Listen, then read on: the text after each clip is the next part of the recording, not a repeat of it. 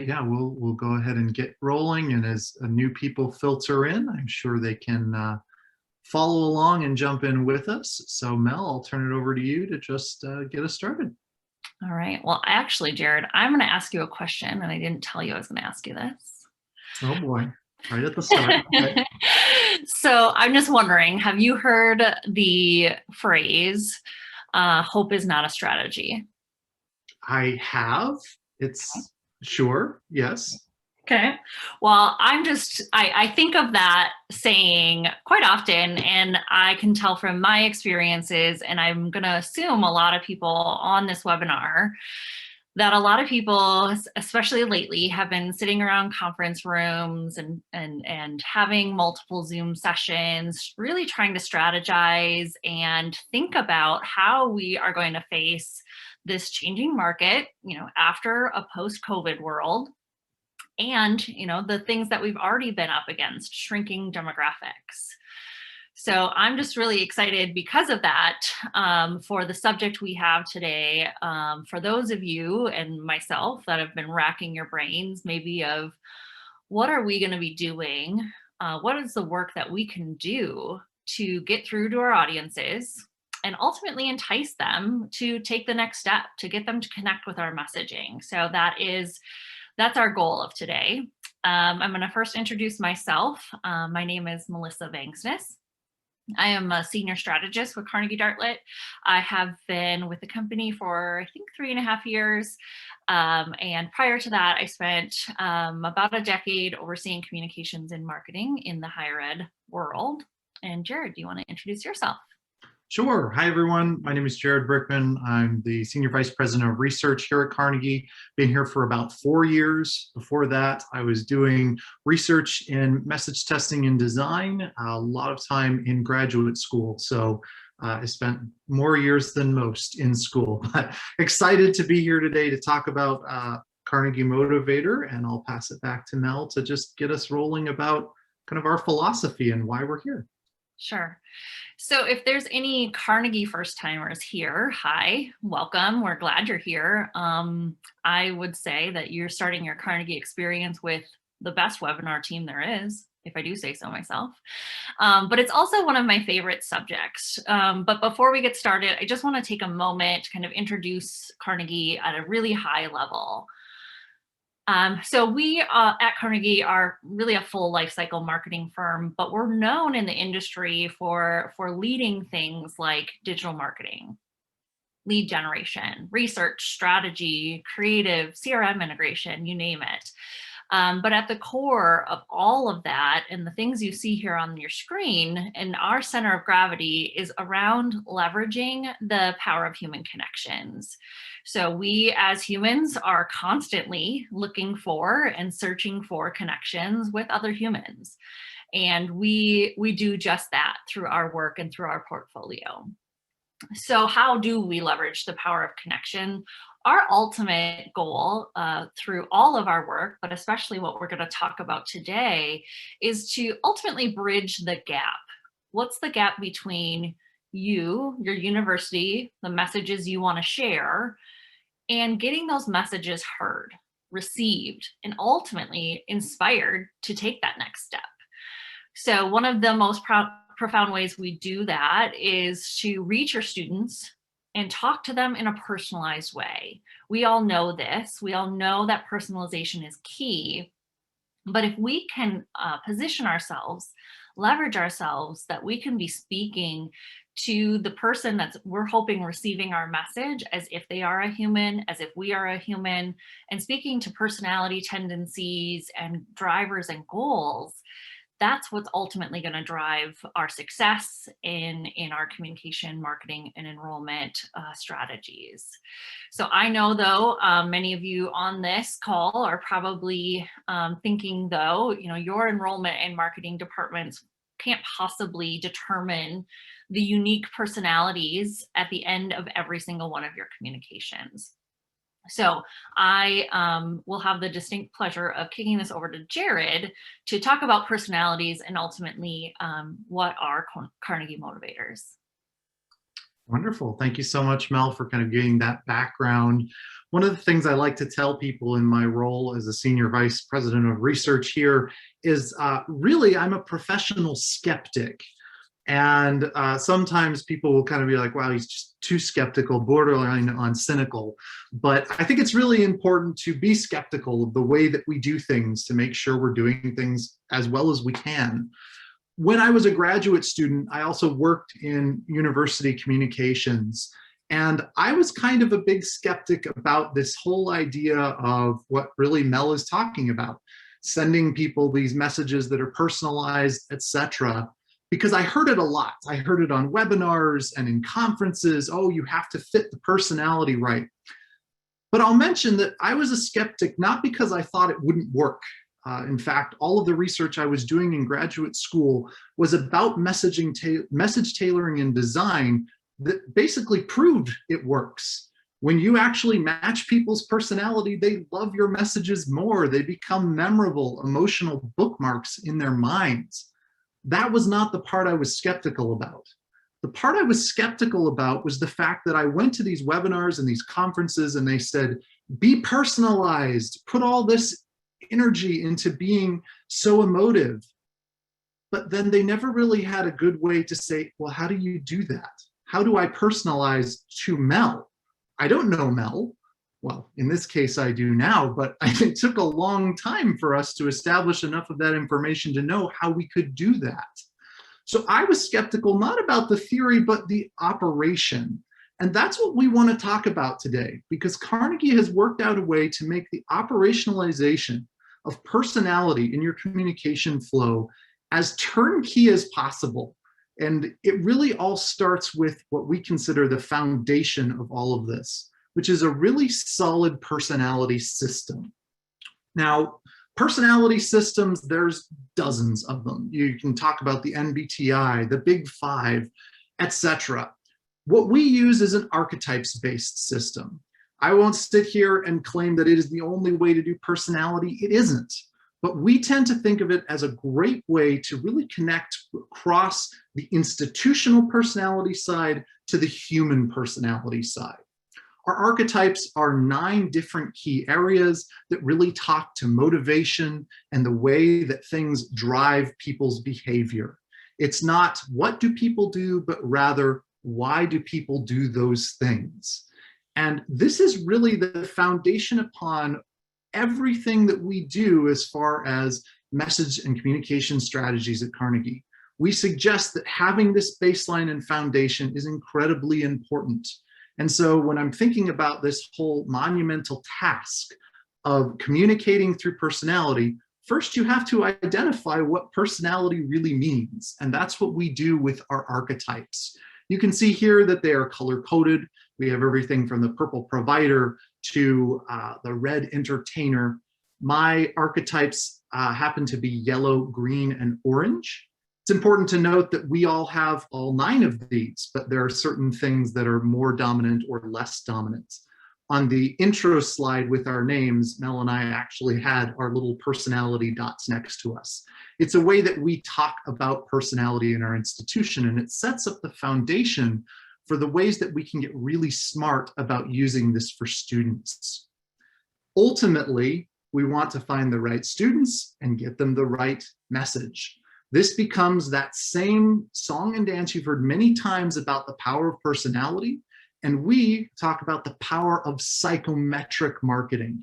It's taking this personality piece and it's marrying it with demographics so that we can be as intelligent as possible at not only identifying the people that we need to identify, but sending them the right messages. And I'll talk about how that works with Carnegie Motivator. But I'll also mention that in the research world, when you say the term psychometrics, what you're actually referring to is people or psychometricians who are the people who put together surveys and tests. Someone who puts together the SAT might be called a psychometrician. The idea is that they are trying to come up with the best set of questions to identify something about someone. Do they know a topic? What is their personality? The thing that I think is really interesting about when people talk about psychometrics in marketing is they want to go straight to the personality side without all the background of the survey that actually gets them there. And the reason is pretty obvious. Mel talked about it earlier. We can't go out and survey absolutely everyone that is interested in our school. You get a new inquiry, you're not going to get every single inquiry, the thousands that you get every year, to take a survey for you to identify their personality. You're not going to waste space on an inquiry form to ask them 20 questions to get to their personality. You know that's not best practice. And so there's a disconnect. How do we actually get to a place where everyone in our CRM is identified by their personality, and do it in a way that's going to be actually efficient and usable? Because as I mentioned before, the 9 archetypes, there's thousands of ways that those could go.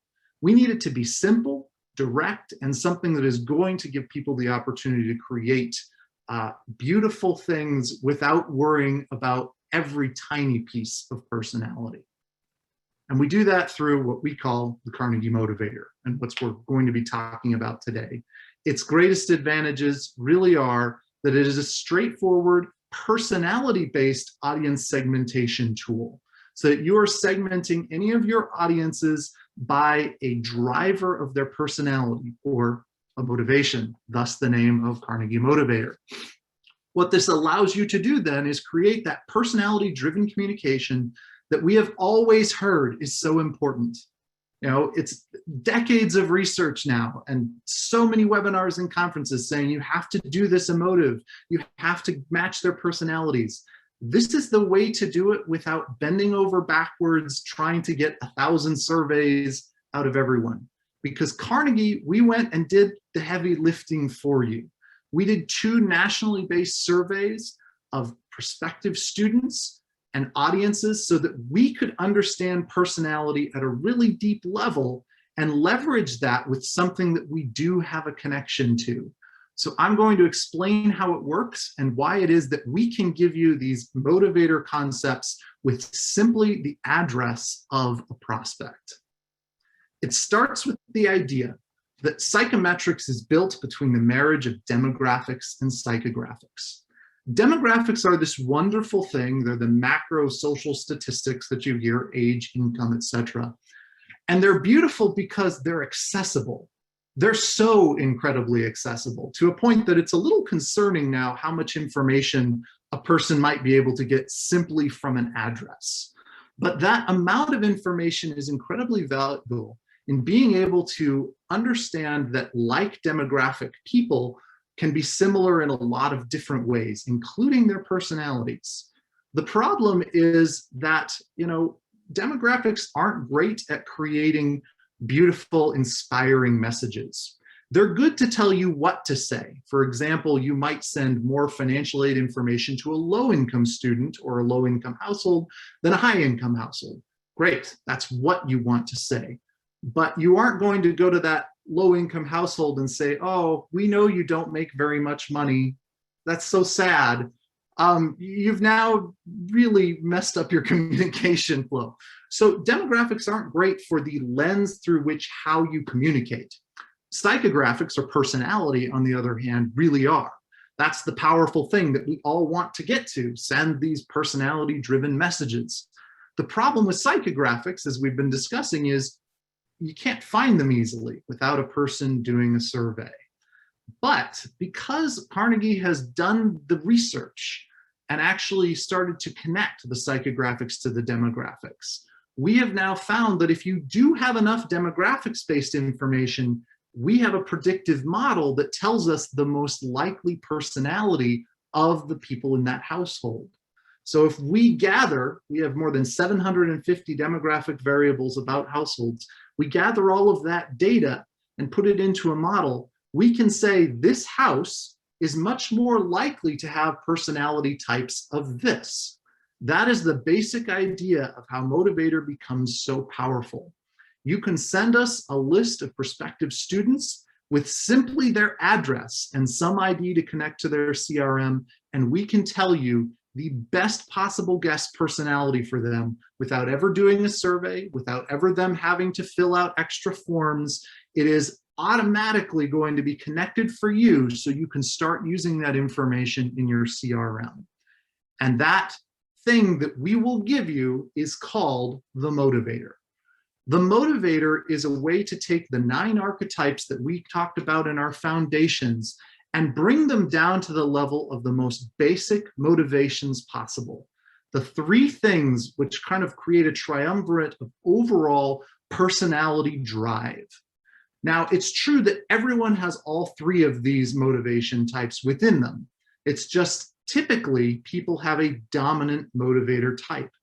For example, I talked about earlier, my archetype colors are yellow, green, and orange. You might notice all 3 of those are in the creativity spectrum. I'm highly motivated through the creativity motivator. But other people, Mel, I know is going to have a really strong strength motivator. Comparatively to me, that's probably my weakest one. But that's why she has so much assertiveness and tenaciousness. She's way more powerful than I am in a lot of ways. But I think through things through a different lens, and that's okay. We definitely don't think any of the motivators are better or worse than the others, but these are the ways that we can then talk to students. You put through all your communication through a lens of just one of these 3 things.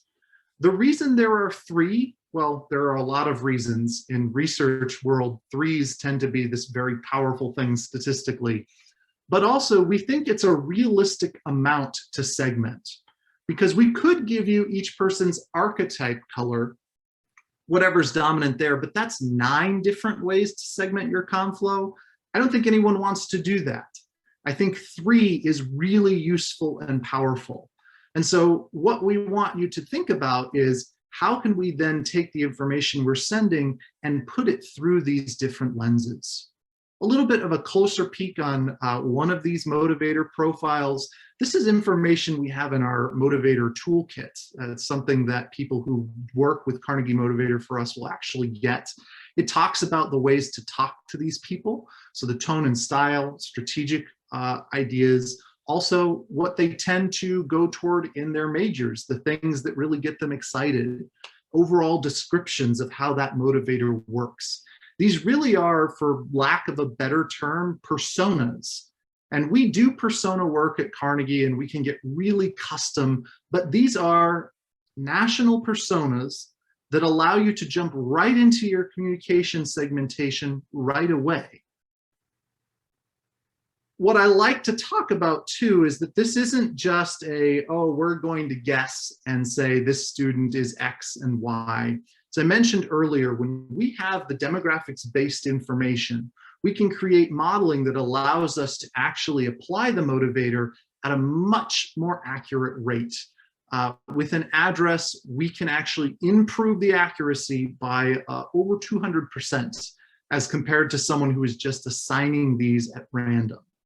The great opportunity that exists here is that you're not only allowing yourself to get the right personalities to the right people, but even in the cases where maybe we're a little off, what you do have is a consistent message. So if this person is identified as a strength motivator and you're always sending them strength motivator communication, that consistent messaging is still going to be better than just hoping and throwing out some personality things time after time.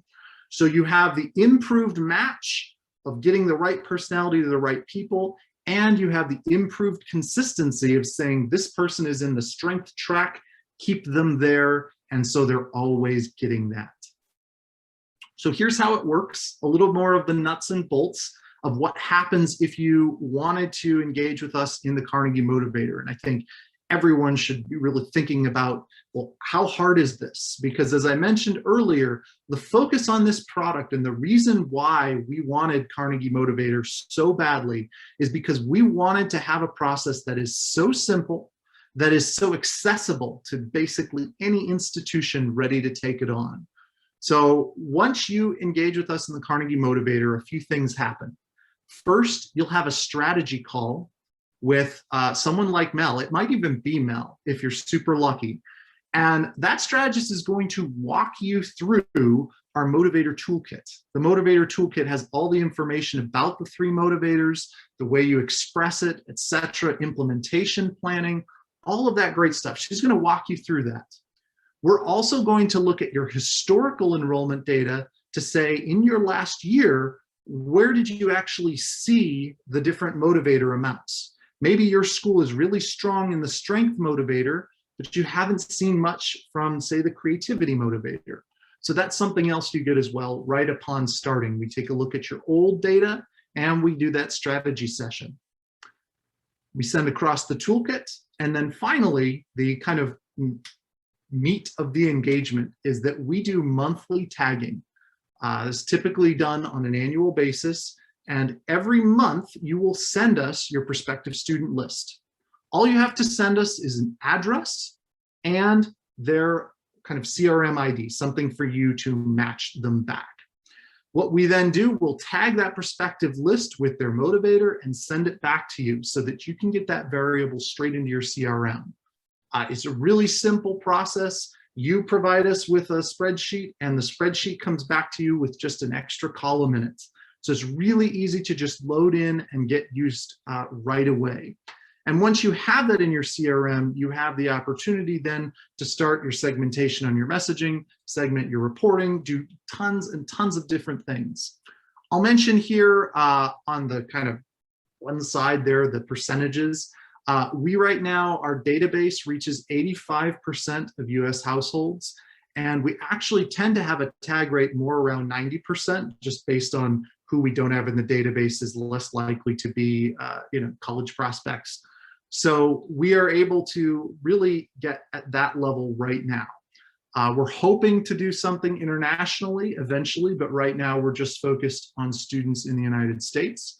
Important to note that this could work for online students, undergraduate students, graduate students. If you collect addresses, I know some grad schools don't always collect addresses of their prospects, but it can be adult learners. It really can be any type of student profile that you wanted to get in here.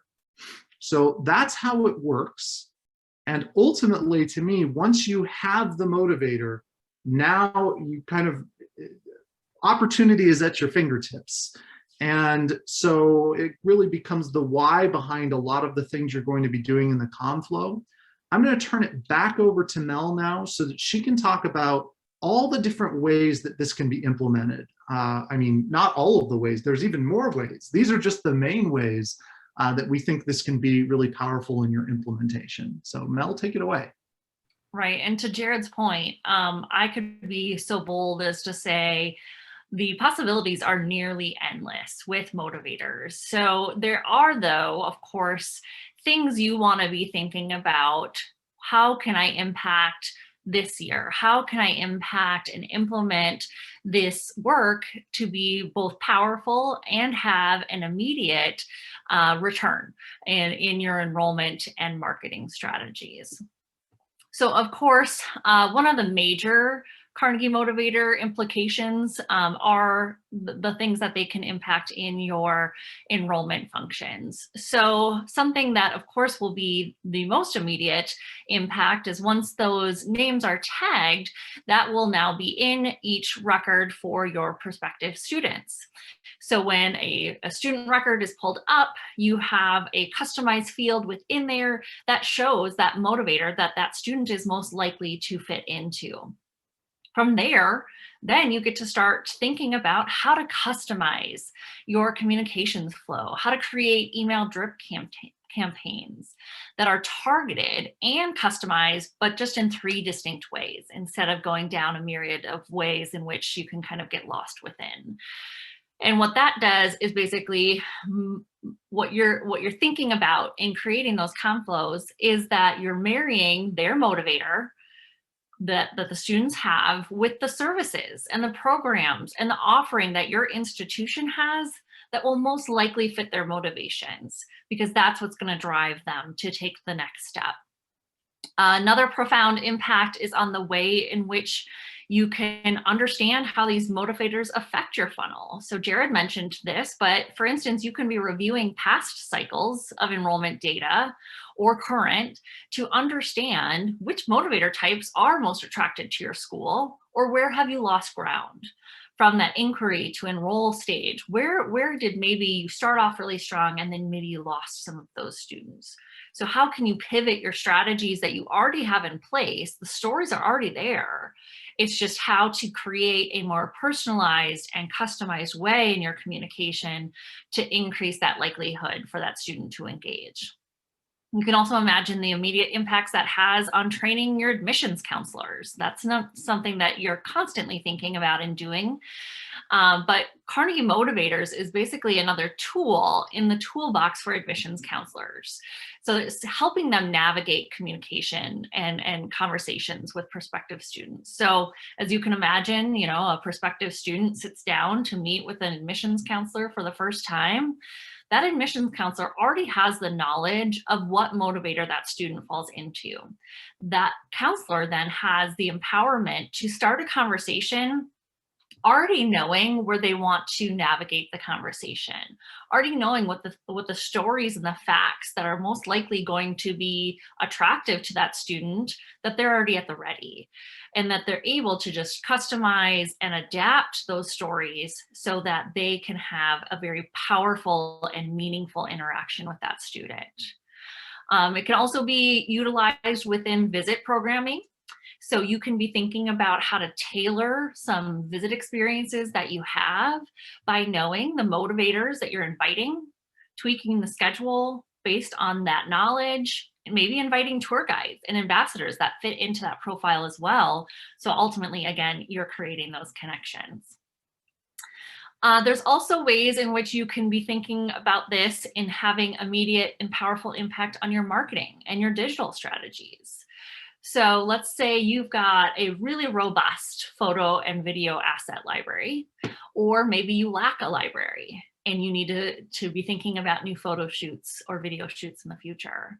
You can be thinking about either the selection of your current photos or the direction of future photos based on these three motivators. What images are most likely going to spark an interaction or speak directly to the students' needs and desires, instead of thinking really, really broadly and then ultimately getting maybe watered down photos that aren't as inspirational. There's also options to utilizing and personalizing web experiences. So that can be done in a couple different lenses. The first is through our proprietary software, Carnegie Clarity, where we're customizing content and user experiences based on web history and behavior, but we're also able to then marry in the motivators even before these students are in your funnel. You can be thinking about custom landing pages. So that com flow that we've already talked about is customized. Then you can send them to one of three landing pages that speak directly to that motivator through content and image selection that I also just talked about. And of course, our digital marketing capabilities are second to none. And so where we can be helping you think about how to target social media ads, how do you customize your IP targeting so that your list of students are working for you in a more powerful way, because we are taking a lot of the guesswork and a lot of the hope out of the strategy and using this to our advantage. Again, that just scratches the surface in what we can do and what you can be ultimately empowered to do with this knowledge. But I think it was just really important to be thinking about what's immediate, what can I actually do once I have this information. I also have an example of knowing how motivators can help impact creative and content. So there's a sea of images out there that many look alike, where maybe there's a student walking on campus with messaging around something about their campus is very welcoming and warm. Well, that message isn't wrong. Image selection isn't wrong either. It might not speak to all of your students. For me, as Jared said, I fall into this strength motivator. So I am going to be more inspired by a message like this one on the screen.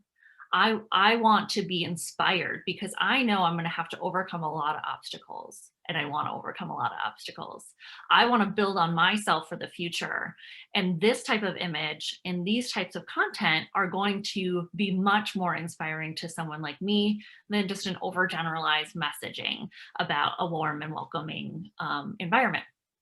Again, not wrong, doesn't mean I don't want that, but this is what's going to actually motivate me to take that next step. So that's just one example of how that can impact your creative. So we would also welcome any questions, but before we get to your questions, go ahead and pop those into us if you want.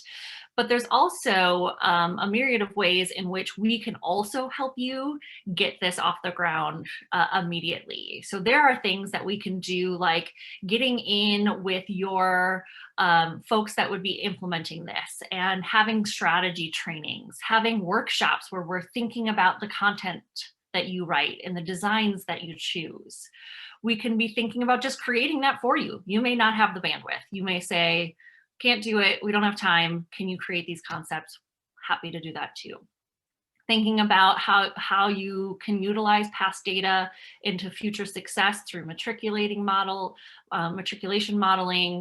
CRM consultation, and then of course having our digital marketing experts segment this into either current strategies or new strategies as you're thinking about this year to come. So with that, are there any questions for us? Did we wow you? Are we the best webinar team there is? I say yes. If you disagree, go ahead. But we're just happy to be here for you. This work inspires us to ultimately kind of raise the bar, take institutions to the next level, so you're not kind of spinning your wheels and wondering what to do next, that we're that true partner in helping you take it to the next level.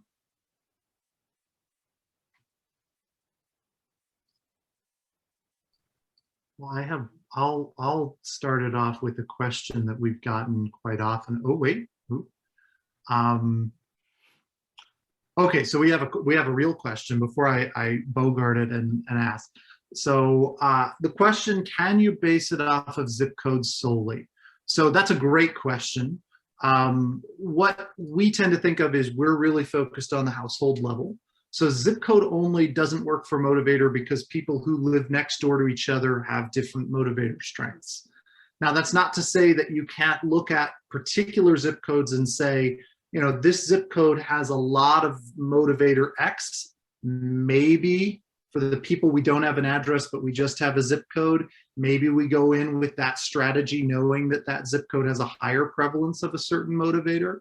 That's the way I would think about it for a zip code approach. I would also say that we do a lot of different zip code analytics. So if that's something you're interested in, just focused around which zip code should we even be in, that's a completely different, lovely piece of research that we also like to kind of jump into.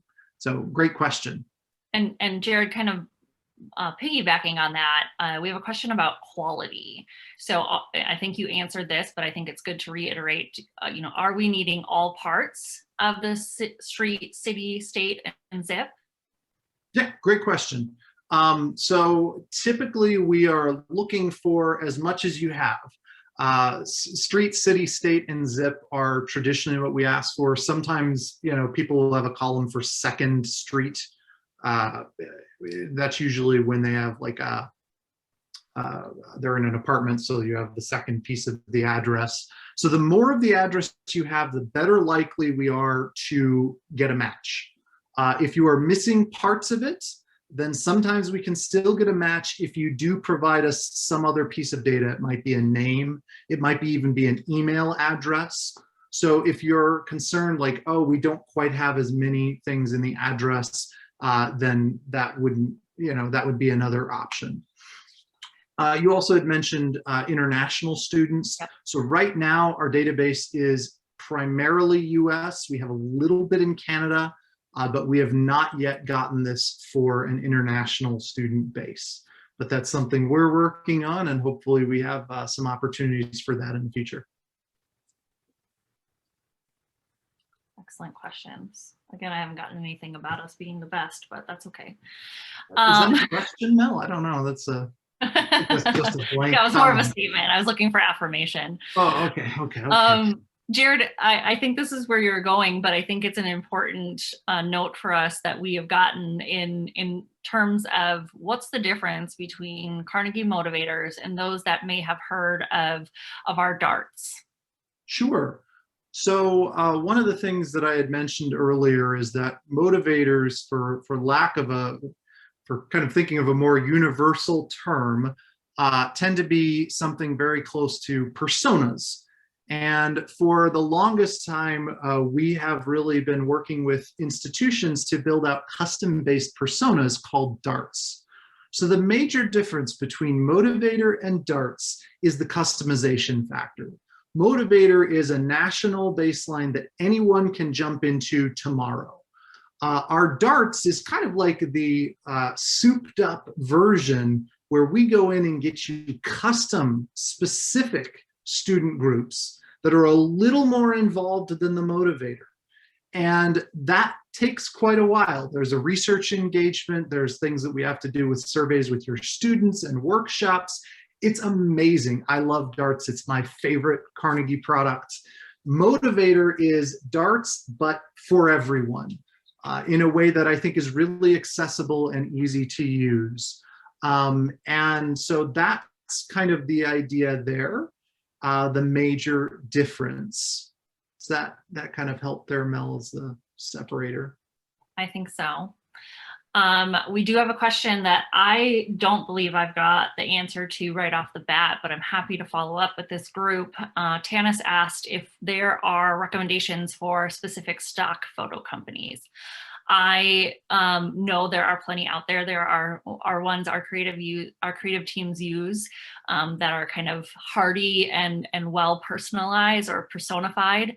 And I'd be happy to either follow up with this entire group or just individually about that. Yeah, and a great thing to note is that one of the things our team can do and help you with is train you on taking your own photo gallery and sorting it into motivator and say, here's some really good of your own photos that match with strength. Here's something that would be a really good vitality piece. And even, we have, photography and videography as an option. So if you were wanting to come and have some of our photographers come out and actually take pictures based on motivators for you, that's a whole other area that we can go down. Kind of like I mentioned before, it's like once you have motivator, there's so many different ways that we can kind of help assist you and really get into it. But that's a great question. The more you see them, the more you start to identify, oh, that feels really good for strength. Oh, that feels really good for creativity. Same with written copy. I think written copy feels a little more obvious for people, maybe because I come from a writer's background, but and so it's more obvious to me. But I think, yeah, that's something too, is the more you do it, the more you're easily able to identify that strength, that's motivator.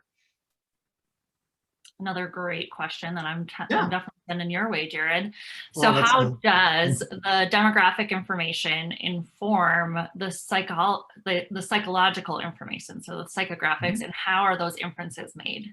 Yeah, that's a fantastic question, and it is all the behind the scenes work that we like to do kind of in the weeds.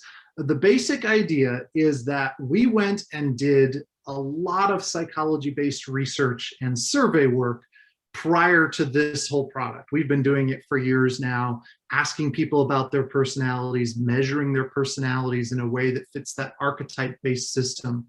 So what we did here is we actually had two separate national surveys. These surveys, both of them ended up having thousands and thousands of responses. Nationally representative, the first one was nationally representative of the United States as a whole, so basically all adults. The second was specifically prospective student audiences. And in those surveys, we asked a long flight of questions about personality. All the things that I kind of wish we could ask every single inquiry, but they're really put through this long-based survey that gets to that psychological information. Now, the advantage we had is that those people who filled out all that survey information, we already had their addresses, or we had their addresses through the survey as well. So because we have our database to the demographics, we were able to tie the demographics side to their responses in the survey. And we created a predictive model from their survey responses that actually connected the demographics factors that were in buckets that we sometimes call demographic clusters, and connect those clusters to the psychological profiles that we're getting there. And as I just see another question popping up, we collected the student data at the beginning of this year, and the national adult-based survey was done last year. And the great thing about the more we do this is that we will be continuing to refine these things as we go. One great part of being part of the Carnegie Network is that we are going to continue to kind of see how Motivator is influenced by responses in the future. We're going to continue to collect data like this, and we'll be making the updates on the fly so that we are always giving you the best prediction of people's personalities on those motivators. And of course, we'll let you know, we'll give you the news about it. We'll say, hey, we did this new survey, go check out these cool results, and the way it's changing your motivator tagging. Great questions. Awesome questions. And we did get a couple unprompted that we were the best. So that's great. Oh, all right. Well, thanks everyone for being here with us. You know where to reach us, reach out at any time with any questions. And we're here to help. So have a good rest of your day. Thank you all.